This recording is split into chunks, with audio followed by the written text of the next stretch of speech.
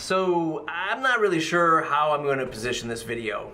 And I actually have stopped recording this a few times now because I'm unsure if I really want to get this out. And this is by no means a shot across the bow of Elementor. In fact, check out the podcast I just did with them. I think they have a great product and I think they have a smart team. And I'm actually interviewing Ben Pines next week, so perhaps we should talk about this, he and I, about experience and user experience, customer experience, not the actual experience of using the product. And they recently announced a new theme. It's called the Hello theme. It looks quite interesting. It looks like your typical starter theme. And their play at it is it's the only theme you will ever need. It's super fast, it's super lightweight, and of course, it works great for Elementor. Now that same pitch has been said by other theme shops though, and other theme shops have put a lot of effort and a lot of manpower building out customized themes and layouts for Elementor and other page builders. But I know of themes that have directly built specific layouts that then recommend you install Elementor so that you can get all of those awesome features and customized designs. Which had me thinking, boy, what does that leave them with? What does that leave, well, folks like Astra and maybe even some of the folks over at ThemeIsle who have tightly integrated with Elementor? Boy, putting out a new theme really is saying, well, you might not need these other themes. And then how is upsell going to work within Elementor when you have this other theme that you paid for and now Elementor is saying, oh no, we've got the better theme? It reminds me of a little bit of Jetpack and WooCommerce. I mean, Jetpack, we all know what they're doing with monetizing, of course, their services and their blocks and the constant recommendation to use their premium services.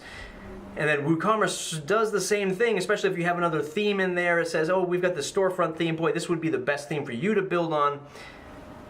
And that experience, that customer experience of just having everything at your fingertips, well, that's what's needed to grow.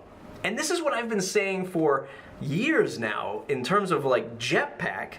They need to have this experience where the user doesn't have to look at any other third-party competitor, product, where they just have everything right there in front of them. And it makes natural sense. Imagine being in your favorite SaaS app and all of a sudden MailChimp says, oh, in order to send emails, you need to go and get something at SendGrid and then drop in your API key over here.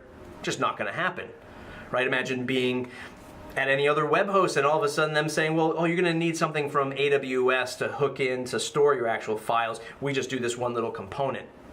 It's not going to happen. So I'm not faulting Elementor or even Jetpack to a capacity there. It's just the whole brand gray area thing that really drives me crazy. But this is just another sign that in order for these companies to grow, they really have to serve a lot. They really have to provide a lot to the end user. That would just make me realize that, Elementor is gonna maybe eventually get into e-commerce. I mean, that is the next frontier to complete the platform play. I just interviewed Michael from Visual Composer, and he sort of hinted that they might have a SaaS app in the works, and they are powering 4% of the internet, so he claims. Jetpack already has, or I should say, Automatic already has Jetpack and WooCommerce, so that connection is already in the works of having the monetization of e-commerce in there. At the end of the day, hopefully the user wins. Whoever's picking the platform or the experience for WordPress, hopefully it satisfies what they're looking for. So if they find a good home at Elementor with all the stuff that they need, that's awesome. Same thing goes for Jetpack and Automatic. If they find the perfect fit, that's great. I'm just warning you. Not warning, maybe just reinforcing that the experience end to end for WordPress is quickly taking shape. And it's taking shape in the form of different brands. I'm curious where you'll put your customer in the long run. Is experience important to you? Do you like vanilla WordPress? Do you like vanilla WordPress so that you can put in all of your own plugins and themes? Sort of like that whole iOS versus Android thing. I said that a few years ago too. I don't know, just want to share the thoughts that I have around the new theme. I just saw it come out, and I know how much emphasis other theme shops have put into using Elementor. Well, maybe they're just happy with the affiliate links that they'll get in the future. I don't know. Let me know what you think in the comments below. We'll see you in the next video.